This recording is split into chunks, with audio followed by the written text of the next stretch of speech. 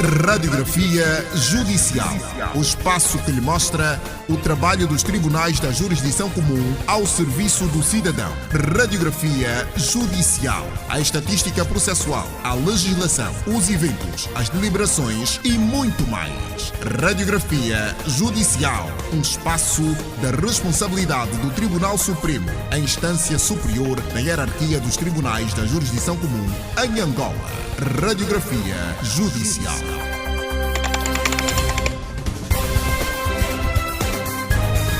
Caro cidadão, seja bem-vindo ao Radiografia Judicial. O Tribunal Supremo agendou para amanhã, terça-feira, 13 de maio, a sexta sessão de julgamento em que são arguidos os generais Manuel Hélder Vieira Dias Júnior Copelipa e Leopoldino Fragoso do Nascimento Dino. Os arguidos são acusados pelo Ministério Público da prática dos crimes de peculato, burla por defraudação, falsificação de documentos, associação criminosa, abuso de poder, branqueamento de capitais e tráfico de influências. Terça-feira, dia 13 de maio, às 10 horas. Estão todos desde já notificados. Sendo assim, declaro encerrada a audiência. Veneranda juíza conselheira do Tribunal Supremo, doutora Anabela Valente, está agendada para amanhã, terça-feira, 13 de maio, a sexta sessão de julgamento em que são arguidos os generais Manuel Hélder Vieira Dias Júnior Copelipa e Leopoldino Fragoso do Nascimento Dino.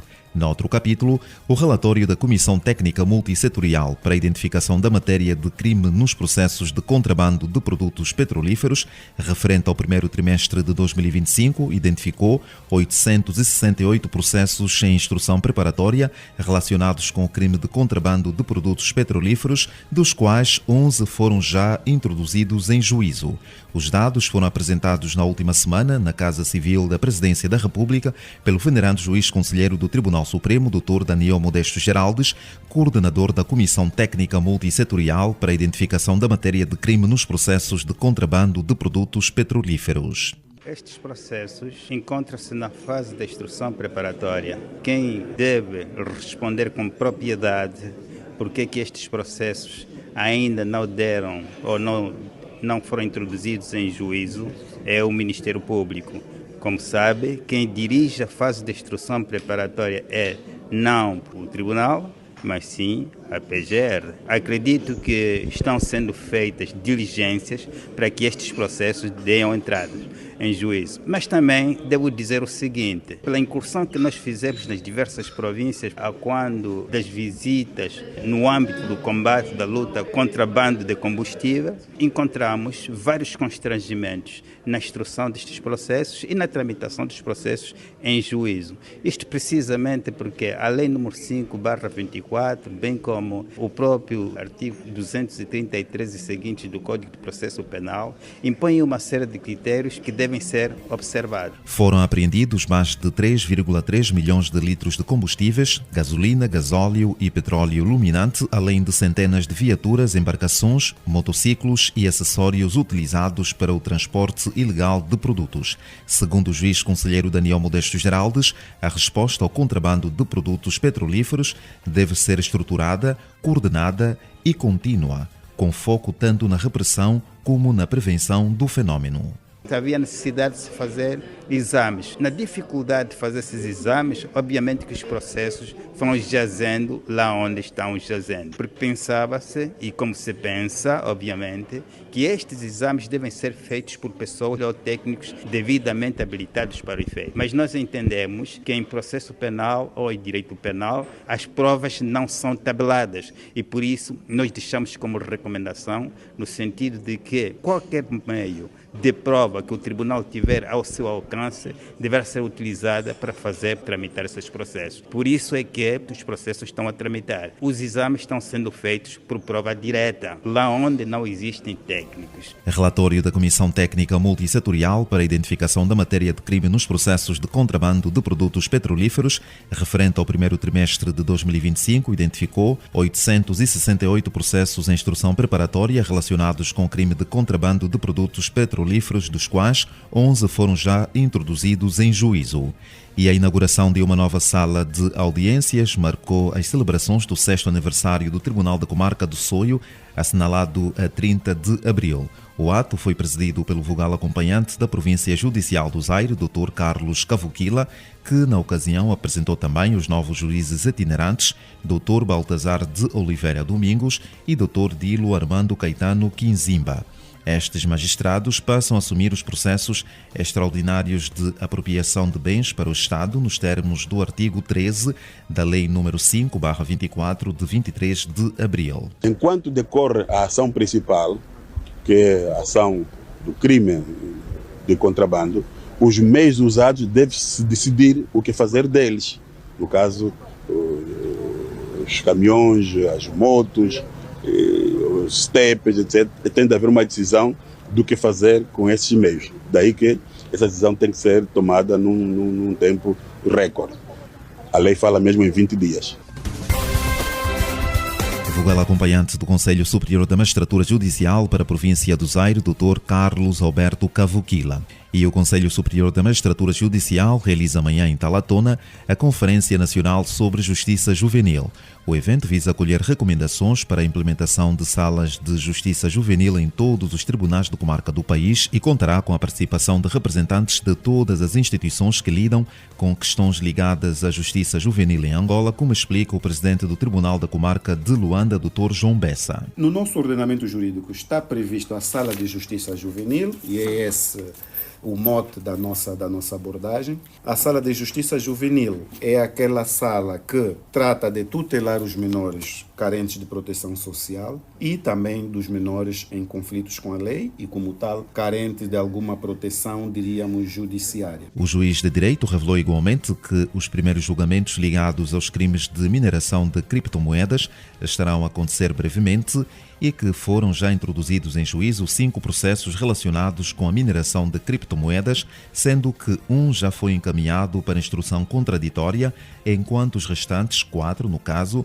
estarão em julgamento nos próximos dias. Nesta altura temos 5 casos de criptomoedas prontos para serem introduzidos em juízo. Destes 5 casos, um deles foi para a instrução contraditória, porque é sabido que nos termos da Lei Processual Penal há a faculdade de se requerer a instrução contraditória. Desses 5 crimes, um foi para a instrução contraditória. Os outros, neste caso 4, dentro dos próximos dias, conhecerão a fase judicial. Isto quer dizer, conheceremos a fase de julgamento para então concluirmos processualmente com a decisão de cada um destes casos. Se quisermos resumir, diríamos que vamos conhecer os primeiros casos de criptomoedas julgados em audiência de tribunal. Presidente do Tribunal da Comarca de Luanda, Dr. João Bessa, que falava à margem da formação sobre criptomoedas promovida pelo Conselho Superior da Magistratura Judicial, que decorreu durante 2 dias no Instituto Nacional de Estudos Judiciários e que foi acompanhado pelo jornalista Faustino Manuel. Ação formativa sobre mineração de criptomoedas juntou magistrados judiciais do Ministério Público e instrutores dos Serviços de Investigação Criminal. O vogal, Dr. Fernando Gomes, em representação do presidente do Conselho Superior da Magistratura Judicial,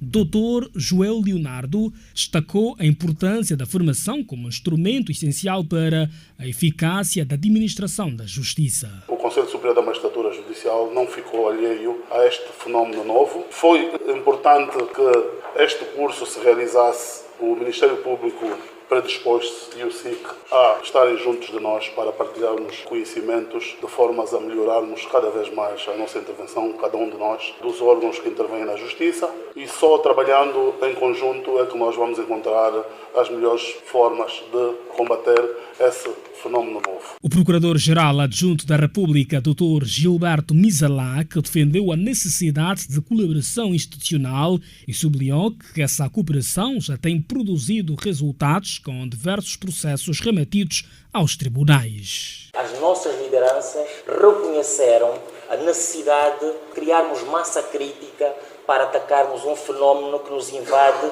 já não silenciosamente. Porque se antes era uma invasão silenciosa, agora é praticamente pública.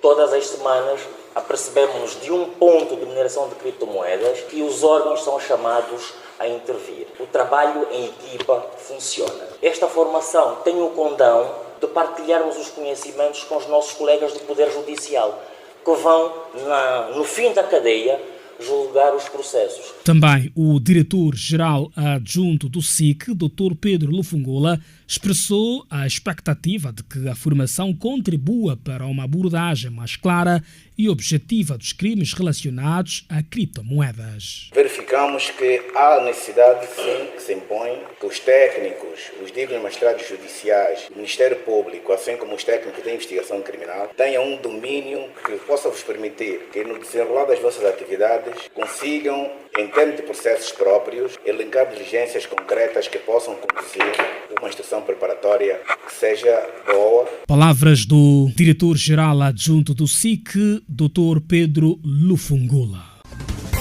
Jornalista Faustino Manuel e a formação sobre criptomoedas promovida pelo Conselho Superior da Magistratura Judicial, que decorreu durante 2 dias no Instituto Nacional de Estudos Judiciários. Pedagogia Judicial. O que você quer saber, nós respondemos aqui no Radiografia Judicial. Caro cidadão, sabe quando é que uma pessoa ou uma empresa entra em estado de insolvência? O juiz de direito, Dr. Kerson Cristóvão, responde. Uma empresa ou uma pessoa encontra-se em situação de insolvência quando estiver num momento economicamente difícil, a tal ponto em que fica o empresário impossibilitado de poder pagar as suas dívidas vencidas. Do ponto de vista daquilo que são melhoria do ambiente do negócio, é importante que as empresas também, naquela situação da iminente insolvência, recorram ao tribunal, não já para decretar a falência, mas para permitir que ela própria seja recuperada. Ouvimos até instantes o juiz de direito, Dr. Kerson Cristóvão, e deste modo estamos a colocar um ponto final à Radiografia Judicial desta semana. Prometemos voltar na próxima, neste espaço e nesta sintonia. Radiografia Judicial. O espaço que lhe mostra o trabalho dos tribunais da jurisdição comum ao serviço do cidadão. Radiografia Judicial. A estatística processual, a legislação, os eventos, as deliberações e muito mais. Radiografia Judicial. Um espaço da responsabilidade do Tribunal Supremo, a instância superior da hierarquia dos tribunais da jurisdição comum em Angola.